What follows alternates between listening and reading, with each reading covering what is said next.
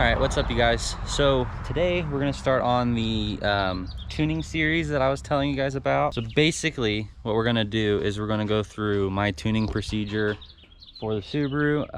So I'm putting a new intake on there and we have a new cat back on it, and we're going on the dyno in a few weeks. So I want to get the tune ironed out perfectly for 91. Then we're gonna go to the dyno, make a 91 base pass, and then fill it up with the 85 and then run an E85 pass, tune the timing for E85, try to make the most power we can so we can get those numbers out. But yeah, that's the plan for this video. So the first step to tuning a car is a base tune, of course, but I already have a base tune. But I'll kind of go through that for you guys, what you'd want to do. The main first thing for tuning is going to be establishing an air-fuel relationship. And what that means is either scaling the injector scaling if you have new injectors, or scaling the MAF sensor. Since I'm putting a new intake manifold on, it's going to need to rescale the MAF sensor to adjust for the added airflow. You need to add more fuel in for that more airflow. Once I install the intake, we'll go through that. But let me show you the intake I got. Okay, so here's the new intake. This is a KS Tech Big MAF intake. They have three sizes. There's the stock size diameter MAF sensor housing. Then there's this one, which is a 73 millimeter housing. And then there's an 83 millimeter housing. This one's rated for 450 wheel horsepower. The 83 millimeter is rated for 550 wheel horsepower. So that's a little out of my range. I don't want to go too big. So I'm just going to do this one because in all reality, all I'm going to be making is 450 wheel. So I went with this one. Compared to the stock intake box right here, we have this little snorkel that comes through, fills this. It has a little panel filter in here. The MAF is right there. And then you have this curly Q little hose that goes into here. It creates a little bit of restriction. It's smaller, but this is going to be just bolt straight up to there. And it's just going to be straight through. And then eventually I'm definitely going to make a heat shield to kind of shield the filter part from the rest of the engine bay heat. But I may figure out something with this fog light, pop it out and create kind of a velocity stack that goes up and into it, so I get a direct gust of cold air coming into it. That could be problematic in the rain, but I can get a little cover for it so that it sheets water off of it, but we'll figure that out later. So we're just going to throw this on real quick. There's no point in making its own video because an intake only takes like 5 minutes to install. So we're going to get that done, and then we're going to get straight into the tuning part of it.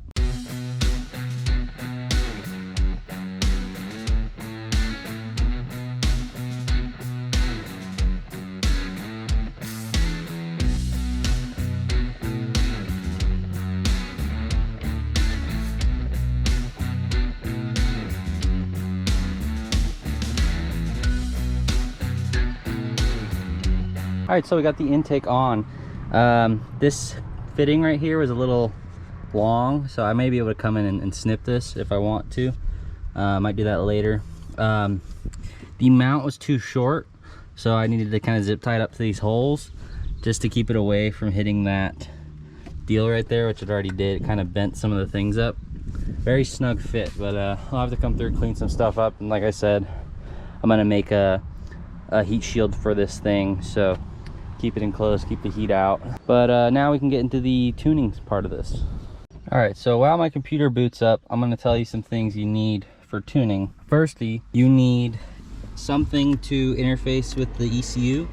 So this right here is a Tactrix open source 2.0 BAGCOM cable, and that just comes through a USB and goes into my computer, so that my computer can communicate with the car. Also, pretty important is having a wideband O2 sensor with a gauge, because your factory O2 sensor won't read the values accurately that you need to know, and they're not quick enough to respond to changes. So if you want to do a good job at tuning, you need a wideband O2 sensor. It doesn't have to be installed into your car permanently. You could have just something that bolts in temporarily. Oil pressure is good to have in any car. And then EGT is not too necessary, but it's good if you're like pushing your car pretty hard. You want to keep an close eye on how warm it is. Okay, so this is the software I use to data log for tuning. This is ROM Raider Logger. And then I also use ECU Flash, which I'll show you later. And that's what I use to edit and flash my files. But if you come down here into the bottom corner, you can see there's a tab called MAF. Now this tab is designed to do MAF sensor scaling. So basically you have these parameters you can set up right here. And usually I make the max intake temp 130 just so it doesn't shut off, and then the MAF range I usually bump up to 2.8 just to get that full area. So basically what we're going to do now is we're going to plug into the car, start it up, and it'll tell me how much fuel correction it's doing, and we can log it and see what's up, and then I can make some changes to the file, flash it on there, try it again. And then once I get the idle right, then we could go drive it around and try to get the cruising right. And then once the cruising's right, then we can do wide open throttle tuning. Here's, hopefully it doesn't keep doing this oscillation thing. Here's the parameters I usually film or do. The top two are the airflow, or the ratios. So let's start it up and see what we're running at right now. I'm gonna have to let it warm up so nothing's getting messed up by the warm-up procedure. But I can already tell it's running kind of lean. You can see it's like 1.20. Yeah, it's pretty lean. The car's correcting for it. So you can see the top one is, the bottom one's long-term correction, the other one is short-term. So it's adding 20% fuel into it right now. So it's quite a bit lean. But I want to let it get to operating temperatures so that I can get an accurate reading. It's maxed out now. So we're running, yeah, we're running a little lean. But I'll just keep an eye on it, make sure nothing gets weird. So I'll be back when it gets to operating temp. Okay, so the car's warmed up now. I'm going to start recording data, and that's going to start plotting some points on this graph and showing me how much fuel it's correcting and in what load ranges. Okay, so it looks like it's running pretty lean right now, so I'm going to turn it off and make a broad adjustment to the idle range, and then we're going to see what that does. So I also have this tuning guide right here. This is a really useful tool if you want to learn how to start tuning. I'll link this in the description below, but this is it's called, the guy who made it, his name is Bad Noodle on the forums. This is pretty much Subaru specific, but it has good information in there. So I just wrote a note here in the MAF scaling section that if it's running lean, I need to increase the scalar value. So I'm gonna do that now. So if you've seen, for that few seconds it was logging, it was correcting 32%. So it was adding 32% fuel. So I'm going to go into the log in between these two fuel ranges. I'm gonna add probably 25% and see where that gets me. So I'll increase the scalar by 25% in those areas, and then we'll give it another shot. I've opened up this is an ECU Flash. This is my editing software. So I came down to the mass airflow engine load category, clicked on MAF sensor scaling, opened up the graph. So this is what the curve looks like.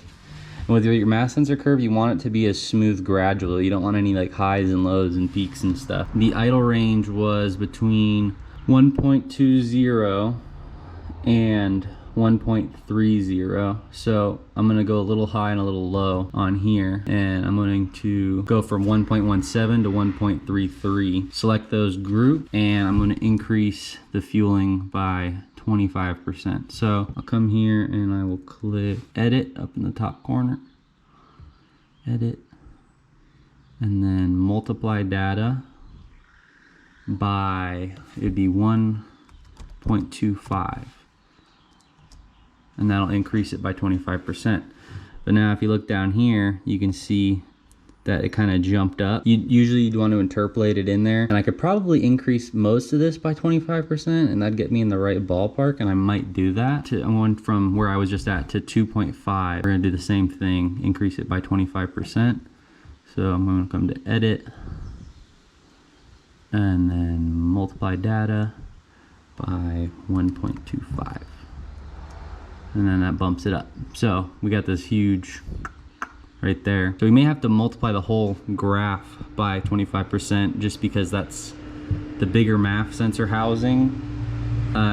It's almost like a multiplier in a way. So this is set up for the last one, and then I could probably plug it into a formula and figure out how much I need to change it to get it in the ballpark. I think this should work for now. We'll start it up right now, see what it runs at, see if we need to add more fuel into it. Okay, so on this car, there's these two little green connectors underneath the passenger side carpet. They're usually tucked under here, but since I do tuning, I leave them out. But you have to plug in those two connectors. Those are your test connectors. Other cars have them in different spots. And then let me go show you what we need to do to actually flash the ECU. So with the test connectors plugged in, we're gonna go ahead and click this button right here that I have the cursor on. So now when we click this, it'll tell us to turn the ignition on and then press OK. So turn the ignition on and it's flashing the ECU right now. So you just wait for it to be done.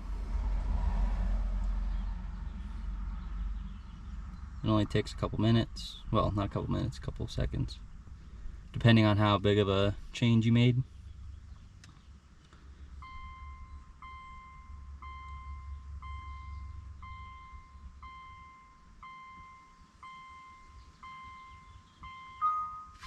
And then it tells you it's done. Turn the ECU off, press OK. And now you're gonna come down here and disconnect these test connectors. Okay, and now you can turn the car on, and then you're going to want to go back to here, reconnect the ECU so it's ready to go. And you want to let the car kind of be on but not running for like 7 seconds, and then start it again. So now it's got the new tune in it, so we'll see what we are running at. So we're adding about 15% fuel. So we added 25% to the tune and it was adding 32%. So we may need to richen it up a little bit more, but it's not pegging off the scale right now, so that's good. That means we're getting close and it's idling right, so that's good. I'll probably start by adding another 10% to what I just did, and that'll get me close to where I need to be. So I'm gonna spare you some of the repetitiveness of just going back and forth and adding fuel into the tune, reflashing it. I'll be back once I get it idling correctly, and then we can go for a drive and see how it does in the cruise load ranges. I increased it by 15% again, and now it's perfect. You see it's idling. It's just at 0 fuel correction right now, and sometimes it bounces up, but that's where you want it to be. You want it to be within 5%, so as close as you can get it to 0 is good. So idling right now, it's good. I increased the rest of the table by 25%. So right now the idle is like, I guess 35% above what it started off as. The rest of the table is at 25% above. So I think I'm gonna raise the rest of the table another 15%, and then I'm gonna go drive it around and see what's happening, and then tweak it from there. I increased the rest of the table by 15%, so now the MAF scaling curve looks exactly as it did. It just kind of raised everything up a little bit. So this should be a good safe area to go drive it around on. So it's not crazy off at this point, so it's really close to where it needs to be.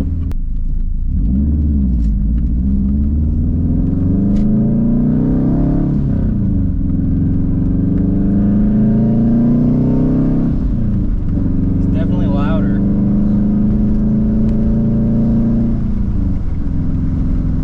I can hear the blow-off valve over my exhaust now. That's cool. Yeah, so right now we're a little bit rich. We're actually lean still. It's good to go drive it around and get a feel for it, because now I know what needs to be tweaked, and it kind of it lets the computer figure itself out a little bit, make the corrections it needs to make, and then I can look at the corrections the ECU made and then decide if I want to make those corrections permanently in the tune myself. So it helps to drive it around for like 30 minutes or so it can figure things out a little bit.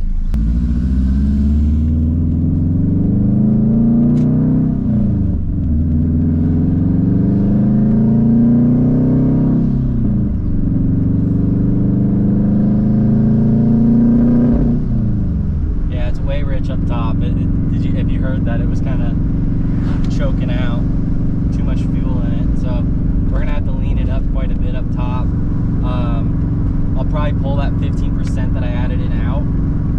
probably just too much.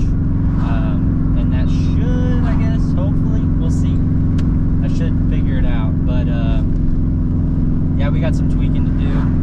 I gotta look back at the logs and see where it needs fuel, where it doesn't. But yeah, I just tried to lay into it a little bit just to see how rich it got.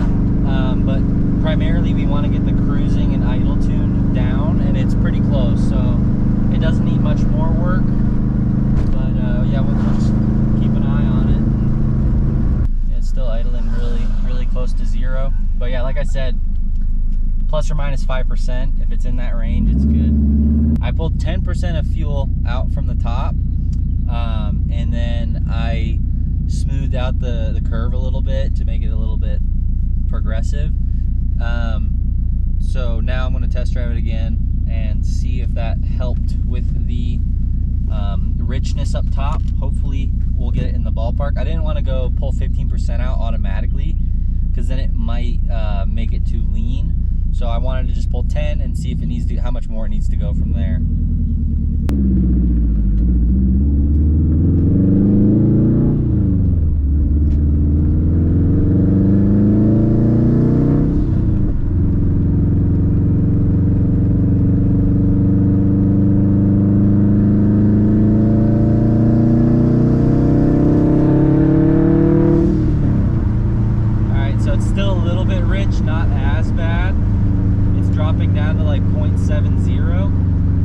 Lambda.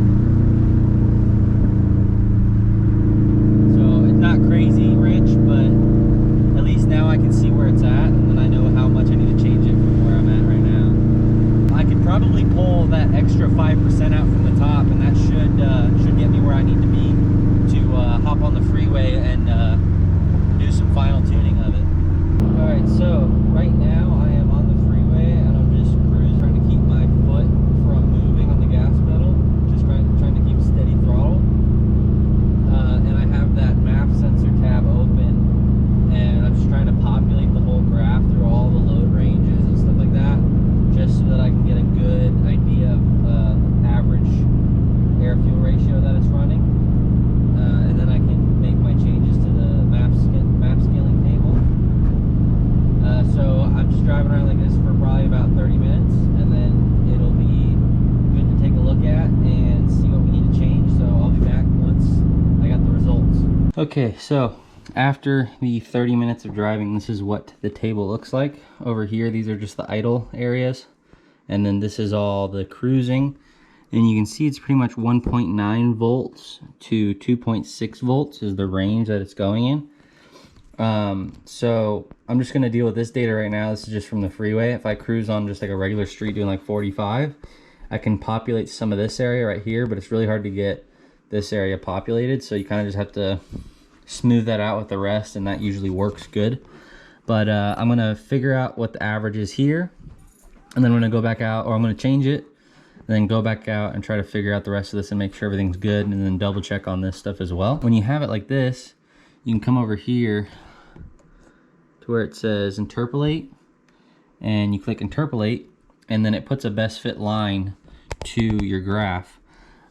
So you can see that right in this range we're pulling about 6% fuel, and then as it comes up we're pulling about 4%, and then it comes up a little bit more, we're only pulling 3%, and then it dips back down and it gets really rich right down here. Usually I'll select like a grouping. I'll go from like 2.1 volts to 2.3 volts, since it's pretty much the same. And then since that's pulling 4%, I'll add like 2 back in. Because I don't want to completely overshoot it. I'll add like 2 or 3 into it, and then I'll kind of smooth that into maybe a adding in 4 where the 6 is, and then smooth it that way, so I can kind of just balance that out and then shift it up. What I'm going to do first is from the 2.1 to 2.3 range. Okay, so then I selected from 2.11 to 2.34, and then I will multiply those values, multiply data, and since it's lean I want to increase the scalar, so I'm going to add 3%. So we'll do 1.03 is what we'll multiply it by, and then enter, and that just kind of bumped that up a little bit. Now let's go back to our chart. We got that area done. And then, okay, so let's try to do 2 to 2.1. I'll add 4 in. Let's multiply this by 4, just this value. Edit.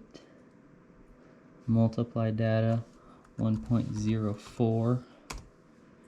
So we change that. So after 2.3, we can add in 4% in that part. Let's go to 2.5. Trying to kind of gradually raise some of these spots just to smooth out the curve a little bit more, because you can see a little bit of peaks and troughs. So you just kind of want it to be as smooth as possible. It can kind of go up and down, but you just want it to be a smooth exponential curve as best you can get it. So I make my changes and then I smooth it out a little bit and we call it good. And then, so this is probably what I'll leave it at, and I will flash it on, and then we'll go do some more tuning and try to get even closer. So what I've seen so far from this one, it's looking pretty good, and you can see there's not too many outliers. It's all pretty much in the same spot. We may need to pull a little fuel out right here, but let's see what it does when I interpolate it. Boop. Okay, let's take a look here. We're gonna cut out right here. So we're going from 1.9 volts forward. We're like 1% lean at 2.05 volts. We are 2% rich, so that's not bad at all. At 2.2 volts, we are like 1% lean, and then it kind of slopes down towards the end there. So it's going towards pulling out about 5% of fuel. So I'm going to tweak this spot just a little bit to get that closer to where I want it to be. And then I think this is good enough for us to start doing some wide open throttle tuning. So I'm going to fix this up real quick and then we'll move on to that.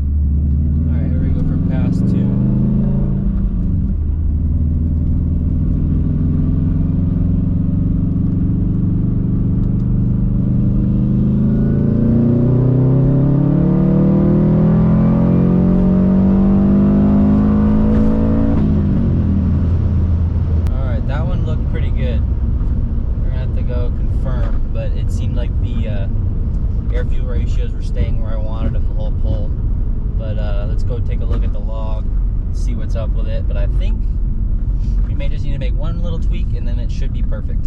What I was doing right there, you can see this bottom graph right here. The red line is my targeted fuel ratio and the white line is my actual measured by the wideband O2 sensor.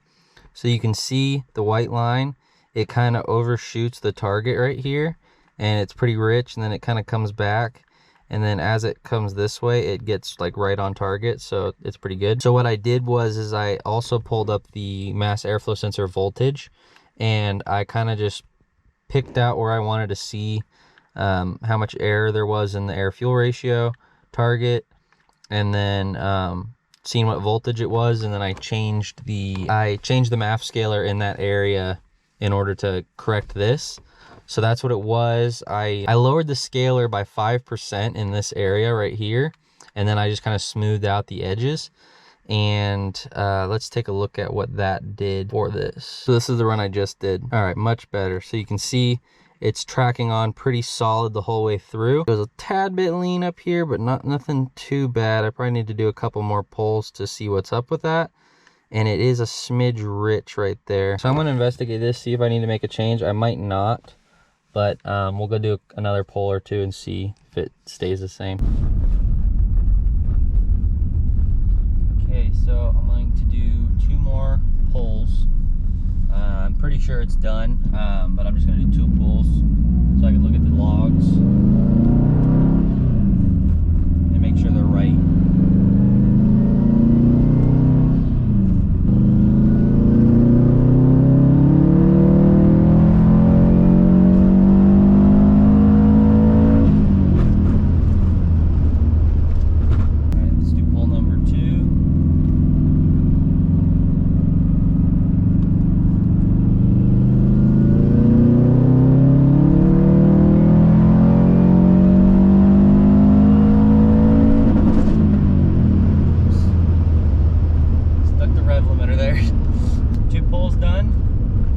No knocking even when I slammed rev limiter, so that's good. All right, so that's gonna wrap it up for this video. Got the MAF scaling all done. Next video you're gonna see, we're gonna be at the dyno, tuning on 91, getting the base run, and then we're also gonna be doing the E85 tuning, doing base run on E85 just to see how much the switchover from fuels gets you in power. And then I'm going to be doing some timing tuning, which you'll see. I'll show you how to do that. Increasing the timing to work best with the E85 fuel. As always, thanks for watching. Hope you enjoyed the video. If you aren't subscribed, please consider subscribing. If you have any questions, leave them down in the comments below. If you like the video, please leave a like. Thanks for watching, guys, and I'll see you on the next one. Peace.